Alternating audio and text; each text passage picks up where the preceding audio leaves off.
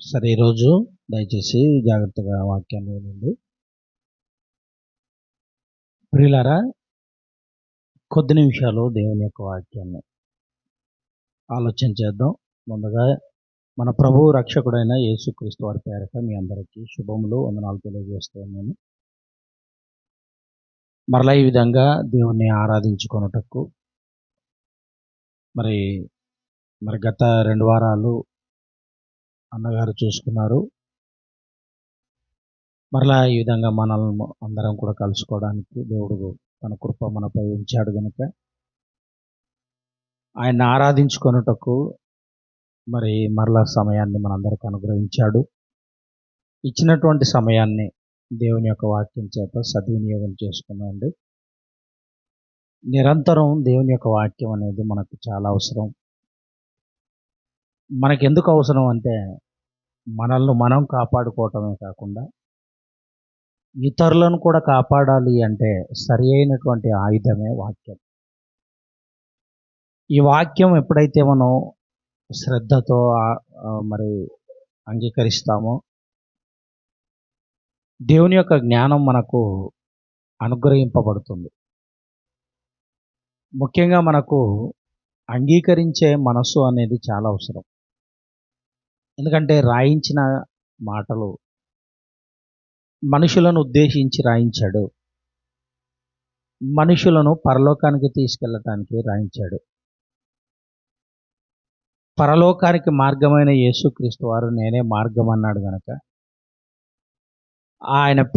ఆయనకు మరొక పేరే వాక్యము గనక వాక్య రూపంలో ఉన్న యేసుక్రీస్తు వారిని ఆరాధించడం అనేది పరలోక సంబంధమైనటువంటి వాక్యముగా స్వీకరించాలి. ఈరోజు ఒక చిన్న విషయాన్ని మనం ఆలోచించగలిగితే ప్రియులారా, మనుషులు లేదా సేవకులను పిలువబడుతున్నవారు చాలా వరకు తమ స్వార్థాల కోసం, తమ ఆధిపత్యం కోసం లేదా తమ ఉనికిని చాటుకోవటం కోసం ఎన్నో ప్రయత్నాలు, ఎన్నో విధాలుగా బోధనలు చేస్తూ ఉంటారు. చేస్తున్నటువంటి ఆ బోధలు నిజంగా దేవుడు ఉద్దేశించి రాయించిన మాటలేనా, లేకపోతే దేవుని యొక్క మాటల్లో కలిపి చెడిపేసేటువంటి ఏవైనా మాటలు కలిపి సమాజానికి నూరిపోస్తున్నారా అనేటువంటి అవగాహన అనేది క్రైస్తవుడుగా ఉన్నటువంటి ప్రతి ఒక్కళ్ళకు కూడా చాలా అవసరం. ఈ అవగాహన వాక్యం మీద లేకపోతే అసలు వాక్య విషయంలో మోసపోయే ప్రమాదం ఉంది. అన్ని విషయాల్లో మోసపోయినా పర్వాలేదు, కానీ మనల్ని నడిపించే శక్తి ఆత్మకుంది. ఈ ఆత్మను కాపాడే శక్తి వాక్యానికి ఉంది. వాక్యానికి ఇంత శక్తి ఉన్నప్పుడు వాక్య విషయంలో మోసపోకూడదు అన్నది మరి దేవుడు చెప్పినటువంటి సత్యం. ప్రియమైన దేవుని పిల్లలారా, మరి వాక్యం చెప్తున్నప్పుడు అండి, వాక్యం చెప్పే వ్యక్తిని కాదు కానీ వాక్యం ఎలా ఉందో చూడాలి. దాన్ని ఒక మాటలో బైబిల్లో మనం చూడగలుగుతానండి. యాకోబు పత్రిక 1వ అధ్యాయము 21వ వచనాన్ని మనం చూడగలుగుతానండి. యాకోబు గారి చేత చాలా మంచి విషయాన్ని దేవుడు తెలియజేస్తున్నాడు. ఒకసారి యాకోబు పత్రిక 1వ అధ్యాయము 21వ వచనాన్ని చదువుకుందామండి. యాకోబు పత్రిక అందుచేత 1వ అధ్యాయం 21వ వచనం, అందుచేత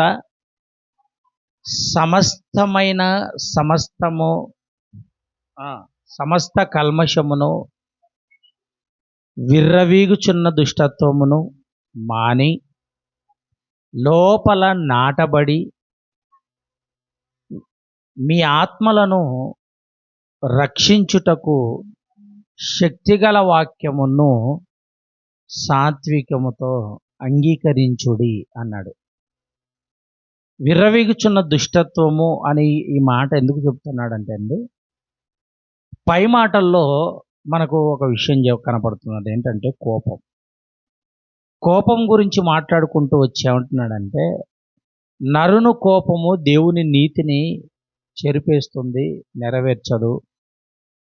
కనుక ఇంకా పై మాటల్లో ఏమంటాడంటే, మీరు మాట్లాడుటకు నిదానించువాడునై వినుటకు వేగిరపడువారునై ఉండాలి అని చెప్పుకుంటూ వస్తాడు.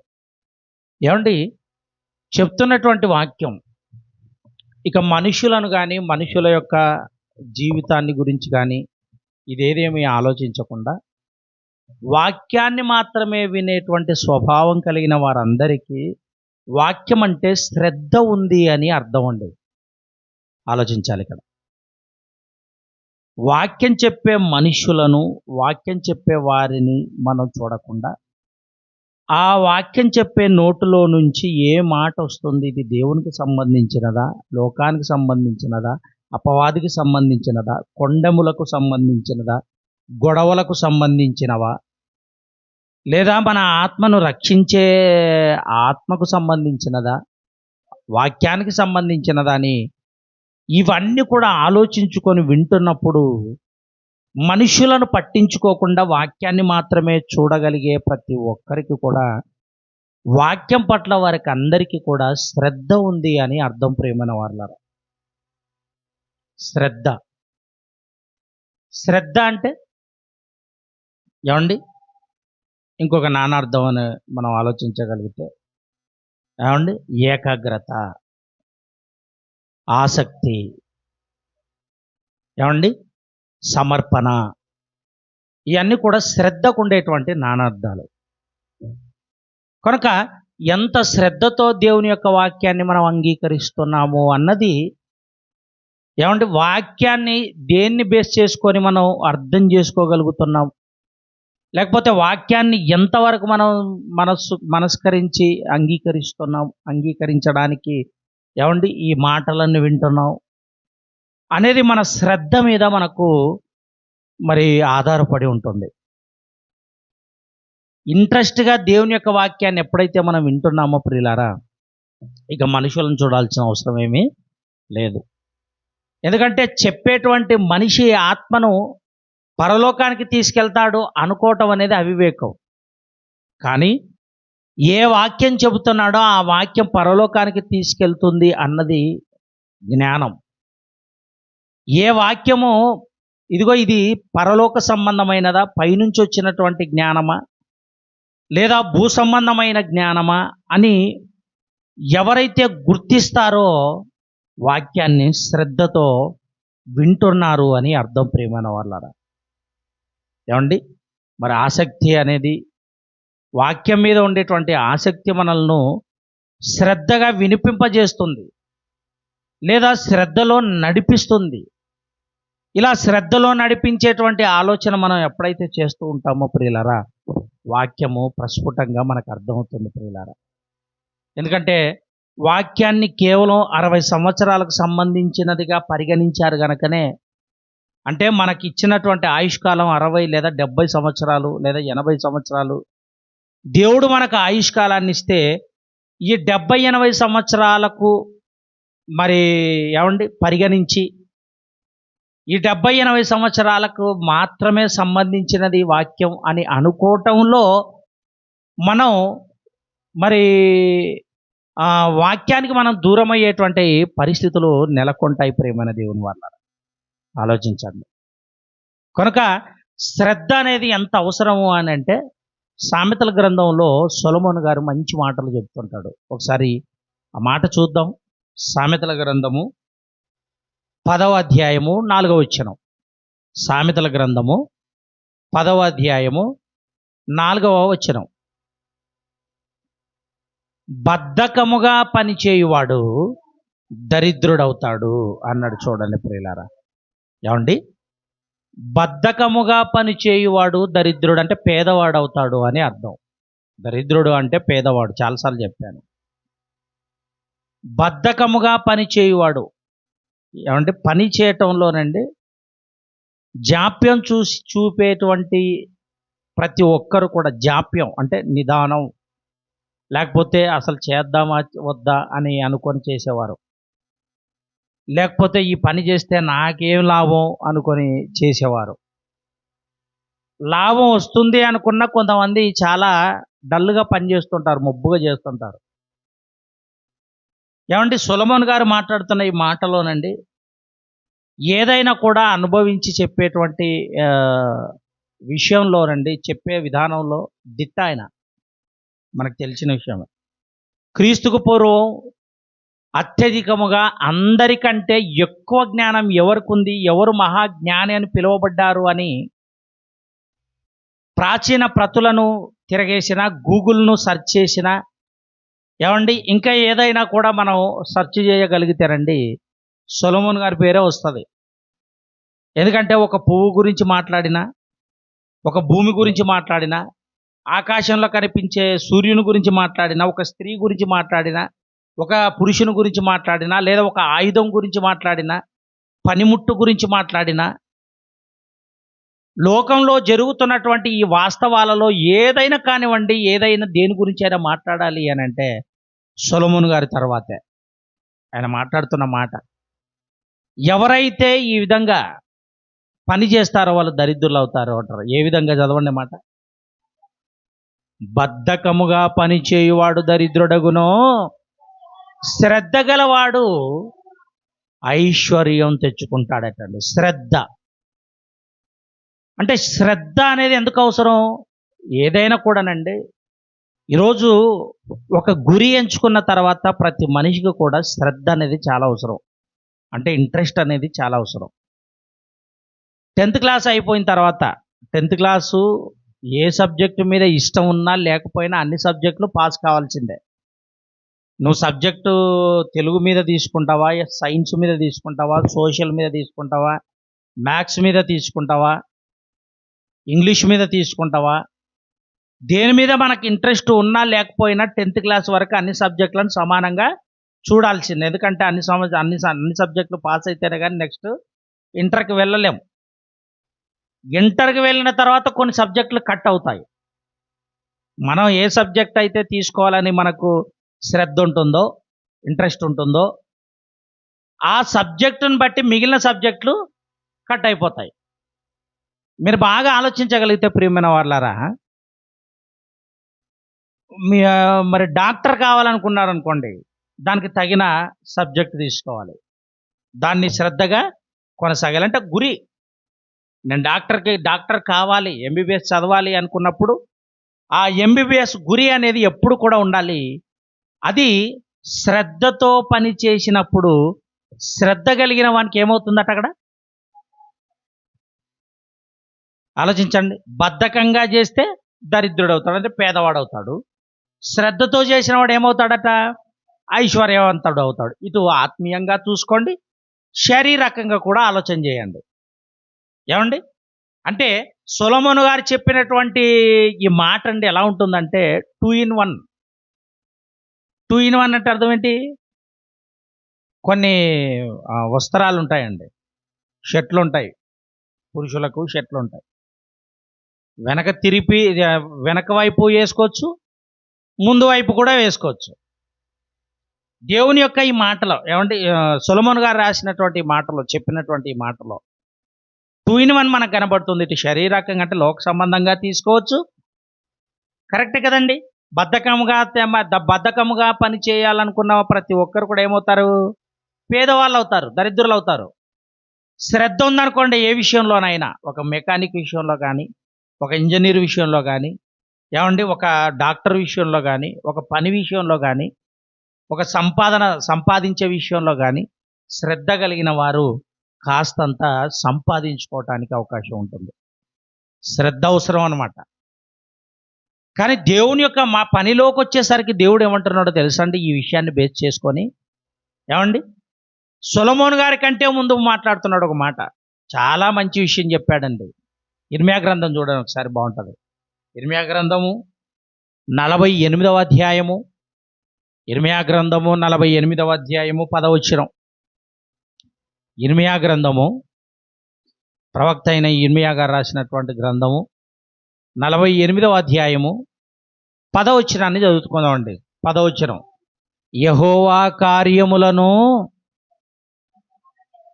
అశ్రద్ధగా చేయువాడు శాపగ్రస్తుడవుతాడు అన్నాడు. చూడండి ప్రియమైన వాళ్ళారా, ఏమండి మన విషయంలో సొలొమోను గారు రాసినటువంటి విషయాన్ని మనం ఆలోచించగలిగితేనండి, బద్ధకముగా పనిచేస్తే దరిద్రుడవుతాడు, శ్రద్ధతో పనిచేస్తే ఐశ్వర్యవంతుడవుతాడు అన్నాడు. కానీ ఆ పని ఏంటో ఇప్పుడు దేవుని పని వచ్చేసరికి యెహోవా కార్యము అన్నాడు. చూడండి ప్రియులారా, యెహోవా కార్యం, యెహోవా కార్యం అనగానే కరపత్రికను పంచేది యెహోవా కార్యమే, సువార్త ప్రకటించేది యెహోవా కార్యమే, సౌండ్ సిస్టమ్ అరేంజ్మెంట్ చేసేది యెహోవా కార్యమే. మనం ఏమంటే దేవుని మాటలు వినటానికి వస్తున్నటువంటి వారి కొరకు స్థలము మరి సిద్ధపరిచేటువంటి పని కూడా యెహోవా కార్యమే. అంటే దేవుని యొక్క కార్యం ఎవరైనా అశ్రద్ధగా చేస్తే అతడు ఏమవుతాడట? శాపం. శాపం. ఈ విషయం ఎంతమందికి తెలిసి చెప్పండి. దేవుని కార్యము అశ్రద్ధగా చేయకూడదు, చాలా శ్రద్ధతో చేయాలి. శ్రద్ధతో చేసేవానికి భక్తి భావాలు ఉంటాయి. శ్రద్ధగా చేయాలనుకున్న వానికి వాక్యం అంటే ఇష్టపడతాడు. శ్రద్ధగా ఉన్నవానికి వాక్యం చెప్పేవాడు కాకుండా వాక్యమే అర్థమవుతుంది. ముందు చెప్పాను కదా. కనుక దేవుని యొక్క వాక్యం దగ్గరికి వచ్చేసరికండి, లేదా దేవుని యొక్క పనికాడి దగ్గరికి వచ్చేసరికండి, ఎవరైనా కూడా చేస్తే శ్రద్ధగా చేయాలి. అశ్రద్ధ చూపించారా? అశ్రద్ధ చూపిస్తే ఏమవుతుందట? శాపం. శాపం అండి. దేవుని యొక్క కార్యం అనేది చాలా ఇంట్రెస్ట్గా చేయాలి, భక్తి భావాలతో చేయాలి, దేవుడు అంటే భయంతో చేయాలి. ఇదిగో నేను ఇంత జాప్యం చూపిస్తున్నాను, దేవుడు ఒకవేళ నాపై కన్ను వేస్తే నా పరిస్థితి ఏంటి, నా కుటుంబ పరిస్థితి ఏంటి, మా జీవితాల పరిస్థితి ఏంటి, దేవుడు మాపై కన్ను వేస్తే పరిస్థితి ఏంటి, నా నా నా యొక్క ఏమండి ఎలా మారిపోతుందో తెలియదు అన్నటువంటి భయం అనేది ప్రతి ఒక్కరికి కూడా ఉండాలి. ప్రియమైన దేవుని పిల్లలారా, అదే చెప్తున్నాడు. ఏమంటున్నాడు మరలా? మళ్ళీ చదవండి అన్నమాట. యెహోవా కార్యమును అశ్రద్ధగా చేయువాడు శాపగ్రస్తుడగును,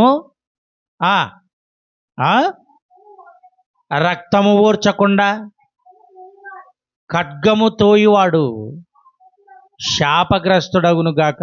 చాలండి.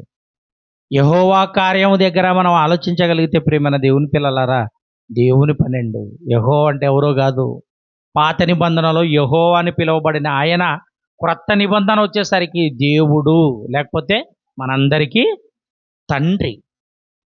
ఆ తండ్రి యొక్క కార్యము ఎంత శ్రద్ధగా చేస్తే దేవుడు మనల్ని ఏమండి ఐశ్వర్యవంతులుగా చేయటానికి సిద్ధపడుతున్నాడు. ప్రియమైన వాళ్ళారా, ఆలోచించండి.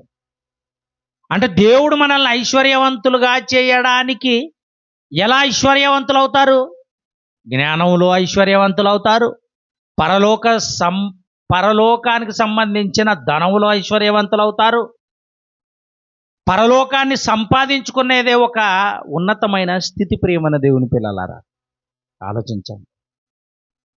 అంటే అంత శ్రద్ధ అవసరం అంటారా? అవసరం అండి. శ్రద్ధతో ఉన్న వారందరూ కూడా సమయాన్ని గుర్తుంచుకొని సమయానుకూలంగా సమయాన్ని సద్వినియోగం చేసుకోవటం, ఆ సమయంలో దేవుని యొక్క కార్యాన్ని చేయటం, ఆ సమయంలో దేవుని యొక్క వాక్యాన్ని వినటం, ఆ సమయంలో దేవుని యొక్క క్రీస్తు యొక్క ఏమండి ఆ రొట్టె విరిచే కార్యక్రమంలో పాల్గొనటం, ఆ సమయంలో దేవుడు మనకు ఏ రకంగా పని అప్పగిస్తాడో మనకు తెలియదు కనుక వచ్చేటువంటి ఏ పనైనా కూడా దాన్ని చేయటానికి ఏమండి సిద్ధంగా ఉండటమే శ్రద్ధతో ఉండటం. ఆలోచించడం ప్రియమైన వాళ్ళారా, అర్థమవుతుందా నేను చెప్పే విషయాలు? ఒకసారి చూద్దాం. నిర్గమకాండం చూద్దామండి. నిర్గమకాండం 19వ అధ్యాయము. నేను ముగిస్తాను త్వరగా. నిర్గమకాండము 19వ అధ్యాయము 5వ వచనాన్ని చదువుకుందామండి. 5వ వచనం,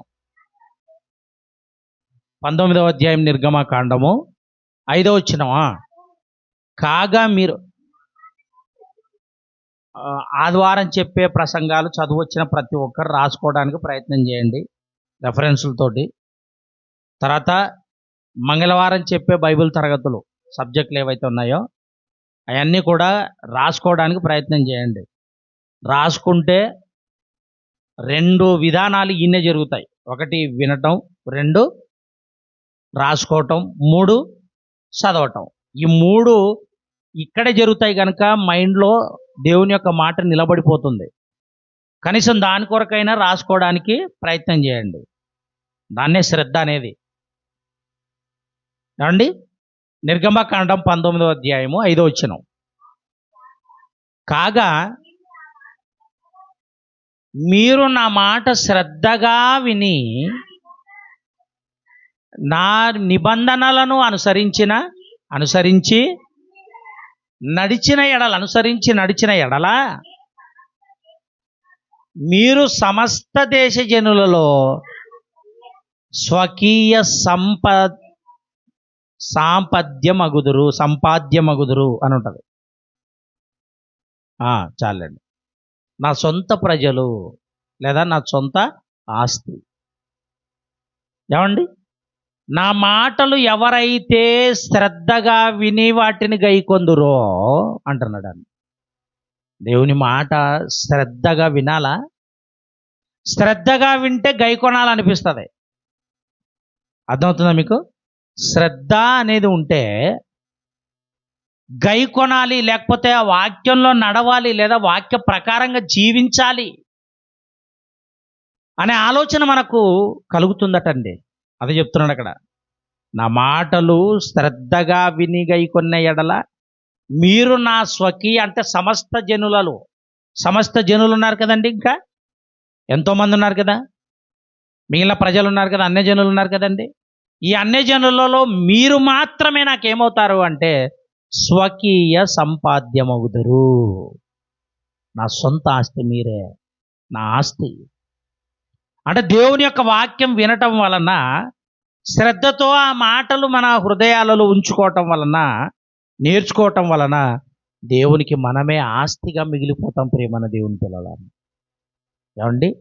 కలిగి ఉన్నవేవియో అన్నీ కూడా కలిగి ఉన్నవన్నీ మీకైతే మీరు మాత్రం నాకు అని చెప్పాడండి ఆయన. ఉన్నవన్నీ మీకు, నీవు మాత్రం నాకు అన్నాడు ఆయన. ఉన్నవన్నీ మీకు ఇచ్చాను.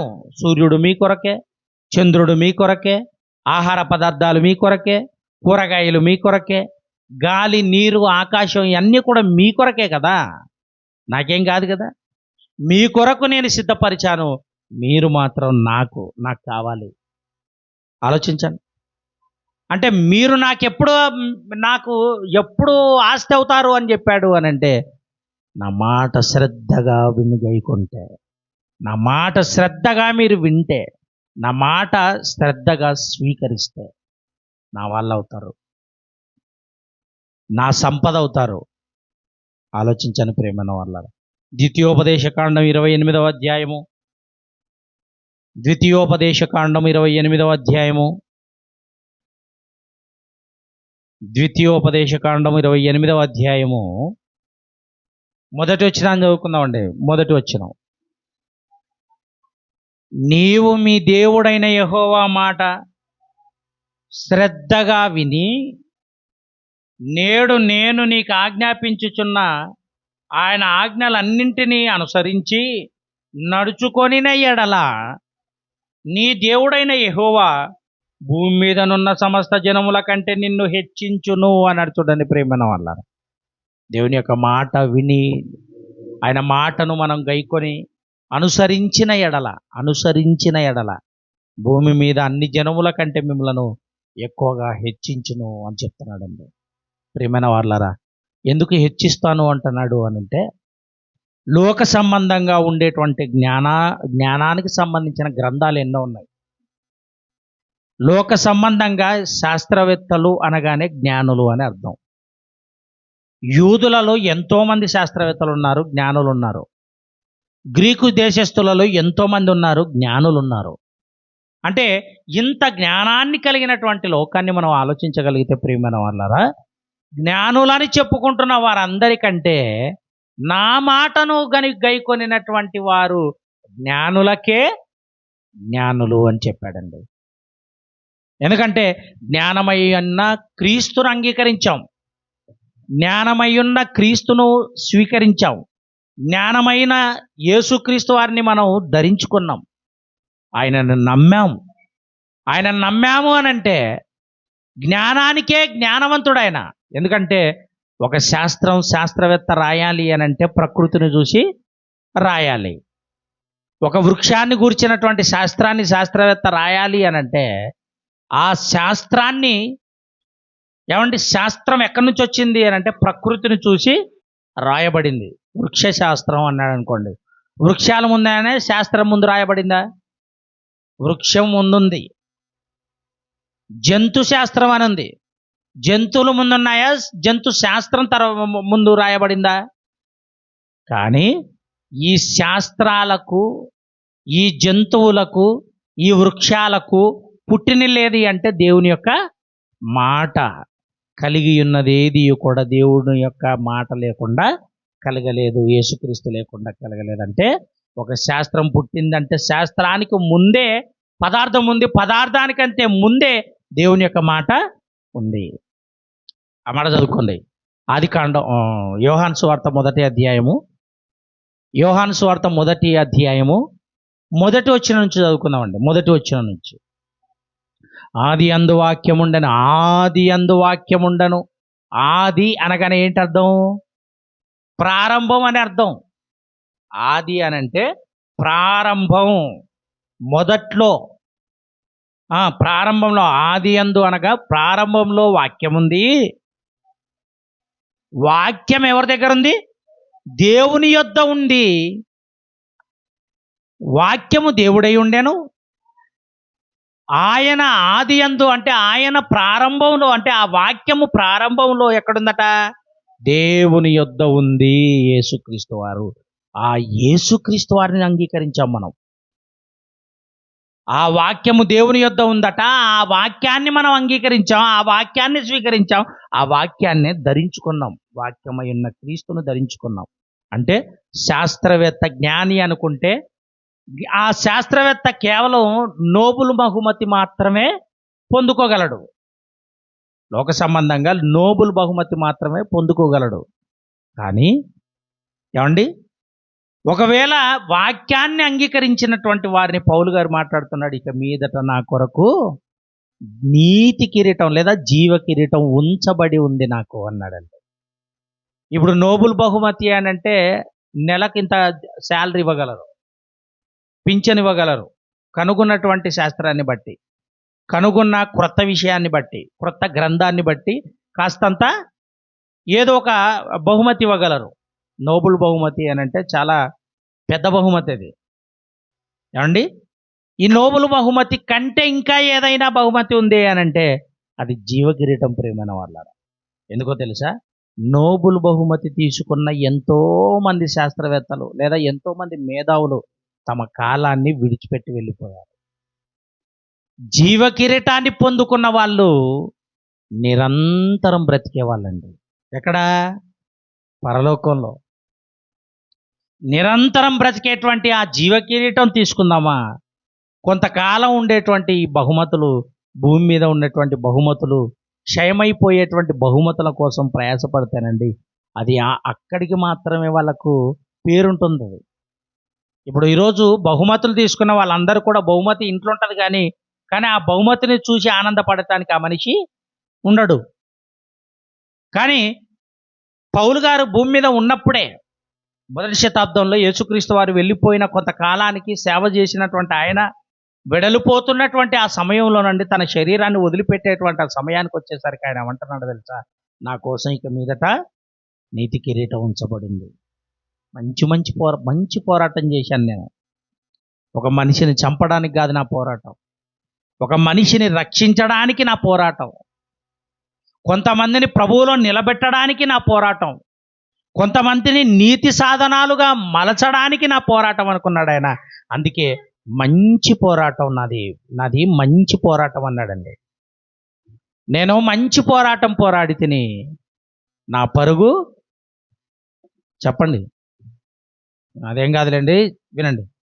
నేను మంచి పోరాటం పోరాడి తిని నా పరుగు కడముట్టించి తిని ఇక మీదట నా కొరకు జీవ కిరీటం, అంటే చచ్చిపోయేటువంటి లోకాన్ని వెడలిపోయేటువంటి ఆ సమయంలో మాట్లాడుతున్న మాటలండి, వృద్ధుడుగా ఉండి మాట్లాడుతున్న మాటలు.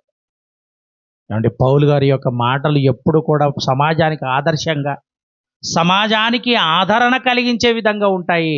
ఆ మాటలు ఎప్పుడు కూడా మనం ఆలోచించుకుంటూ ధ్యానించుకుంటూ ఉండాలి. ప్రియమైన వాళ్ళ ఆలోచించండి. కనుక దేవుని యొక్క మాటల మీద మనకేముండాలి? శ్రద్ధ ఉండాలి. శ్రద్ధ కలిగిన వారు మరి నా స్వాస్థ్యముగా పిలువబడతారు అన్నాడు. శ్రద్ధ కలిగిన వారు ఏమండి ఐశ్వర్యవంతులని పిలువబడతారు అన్నాడు. శ్రద్ధ కలిగిన వాడు హెచ్చింపబడతారు. అంటే ఏమంటే ప్రజలు కలిగినటువంటి అన్యజనులు ఎంతోమంది లోకంలో ఉన్నప్పటికీ ప్రత్యేకింపబడిన వారిలో వారు అందరికంటే హెచ్చింపబడతారు.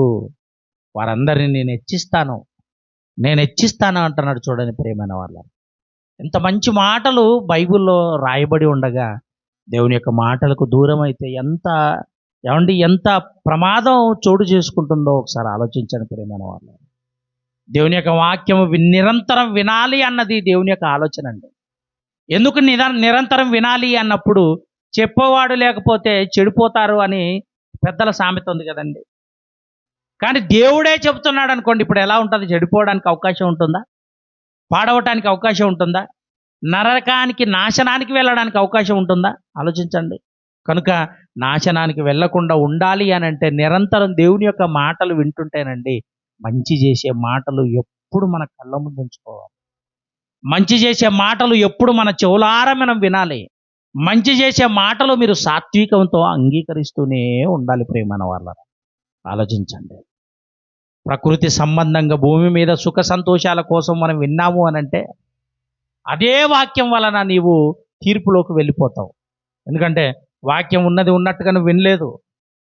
ఎవరో చెబితే ఇది నిజం అనుకొని దాని ప్రకారంగా మనుషులు కల్పించిన పద్ధతులు, దైవోపదేశములను ఒకవేళ నువ్వు అంగీకరించావు అని అంటే ఇదిగో ఈ వాక్య విషయంలో నువ్వు మోసపోతున్నావు అని అర్థం.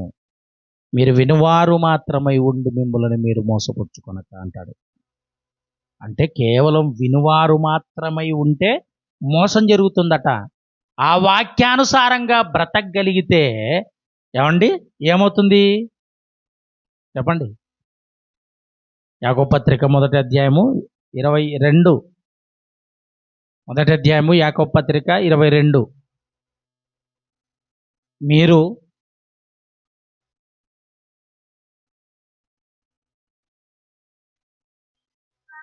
వినువారు మాత్రమై ఉండి మిమ్మును మీరు మోసపుచ్చుకొనకుండా వాక్య ప్రకారంగా ప్రవర్తించువారునై ఉండుడి అన్నాడు. చూడండి ప్రేమైన వాళ్ళారా, అంటే కేవలం వింటాము పోతాము అని అంటే మోసం జరుగుతుందన్నమాట. మోసపోకూడదు. విన్నదాని ప్రకారంగా పరివర్తనలో మనలో పరివర్తన రావాలి. వాక్య విషయంలో వాక్యాన్ని విన్న తర్వాత కేవలం మరలా గడప దాటగానే ఈ ఆరాధన స్థలంలో నుంచి గడప దాటగానే మర్చిపోయామనుకోండి, విన్నదానికి అర్థం ఉండదు, సార్థకత అంతకంటే ఉండదు. ప్రియమైన వాళ్ళారా, అలా ఉండకుండా దేవుని యొక్క వాక్యాన్ని శ్రద్ధగా వినివారై ఉండి ప్రత్యేకింపబడిన వారిలో మనకంటూ ఒక స్థానాన్ని దేవుడు కలిగించాడు కనుక దాన్ని కూడా మనందరం దాన్ని పొందుకునే విధంగా మనందరం కూడా ఉండాలని ప్రేమపూర్వకంగా మనవి చేస్తూ ఈ మాటలతో మిమ్మల్ని హెచ్చరిస్తూ నన్ను నేను హెచ్చరించుకుంటూ ఈ మాటలు ఇంతటితో ముగిస్తున్నాను. రొట్టె విరిచే కార్యక్రమాన్ని